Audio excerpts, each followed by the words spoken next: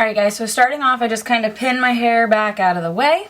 My Dinair that I have, this is the personal kit, I guess. I got mine in the olive tan, or the olive skin tone. The colors I use to get my natural, I guess, foundation, my foundation color, I use the light golden beige and the golden tan. I mix these together about 50-50 and see what I come out with. If I need darker, depending on how tan I am, if I need it darker, I'll go darker, lighter, more of the light. So to start off, I just shake both of these up.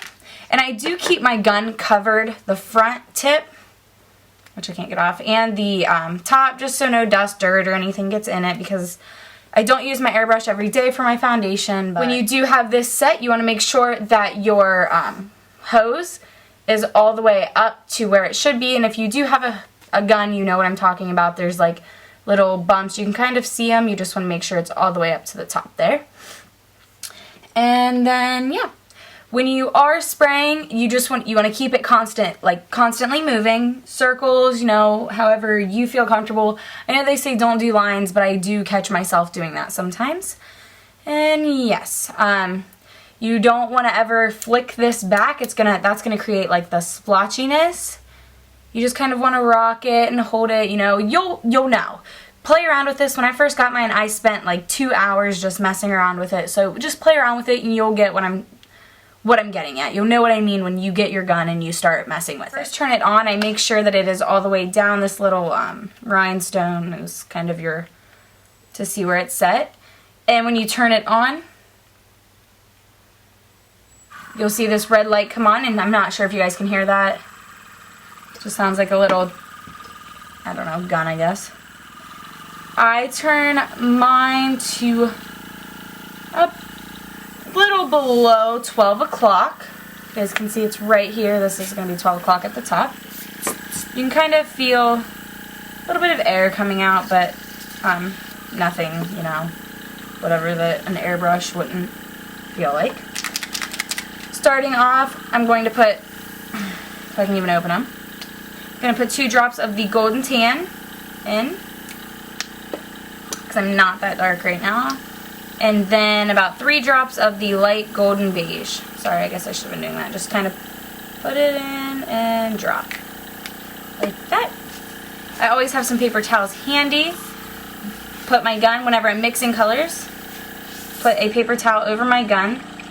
And then I'm going to back bubble. If you guys can see that. Oops. But it's just going to mix the colors together to make sure you have the color you want. Kind of spray it out. And I don't know if you guys can really tell. Whenever you're spraying, you'll start to see the color on the paper towel. And that looks like the color I want. So, going to start spraying. When I'm spraying, I'm just going to keep moving. And you don't want to go until you see makeup on your face. You want to go until you see a difference in the skin. Just kind of your skin will start to look more flawless and good finish. And I do notice a little of this goes a long way. So when you're using it, you might not want to start off with a lot because it goes a long way. When I get close to my eye, I just kind of, don't want to say pull, but just kind of stretch the skin a little bit just to get in any of those crevices.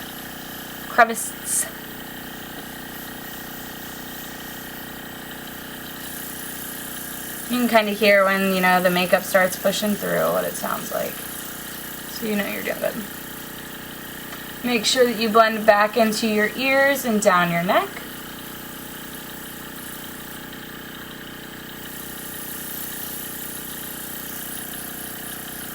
And yeah.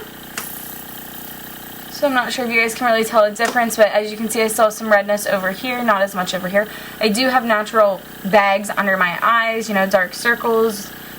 It's the I don't get too much sleep Italian in me, I guess. But yeah, you guys can see a difference. At least I can in my viewfinder. So that's what it's going to look like. I'm going to finish my face and then I'll be right back.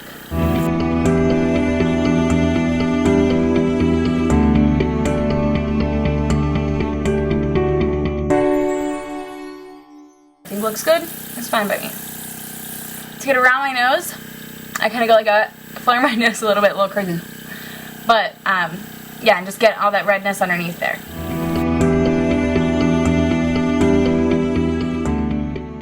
I do have a blemish. I'm not sure if it's going to focus for you guys to see right there. What I'm going to do to cover this up, you can use concealer.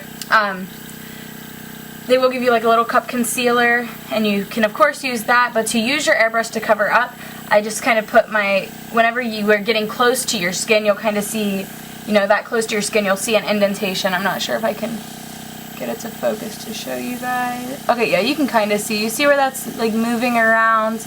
That's what you want to see, and I do need to get close to my mirror to make sure I do this and don't look crazy. So, I get close where I see that, and it's going to be right there. And then I just kind of spray to cover it up. So you guys can see it like disappeared.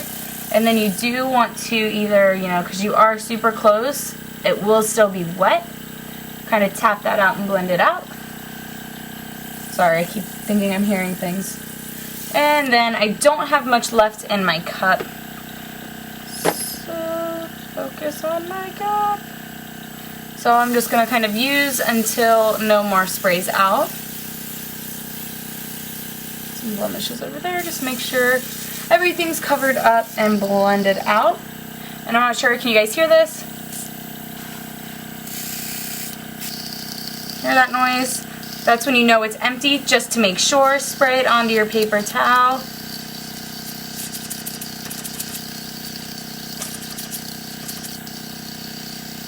And there you go.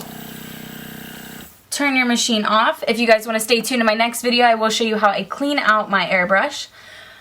But yeah, this foundation, I'm going to be using the NYX Stay Matte But Not Flat, and my color is in medium beige. This is a little dark for me, but I make it work. So just tap this into here, and just set your foundation like normal. I have worn this where I have not set it with powder, and it has lasted. The only thing is I'm extremely oily, so I do like to set everything with powder. Alright guys, and if you want to see how I clean my Dinair airbrush machine, stay tuned until the next video. I'm just going to clean it with no eyeshadow on, no eyeliner, so don't be scared. I have foundation on so I don't look too cray-cray, I guess. And yeah, I'll see you guys in my next video. Thanks for watching.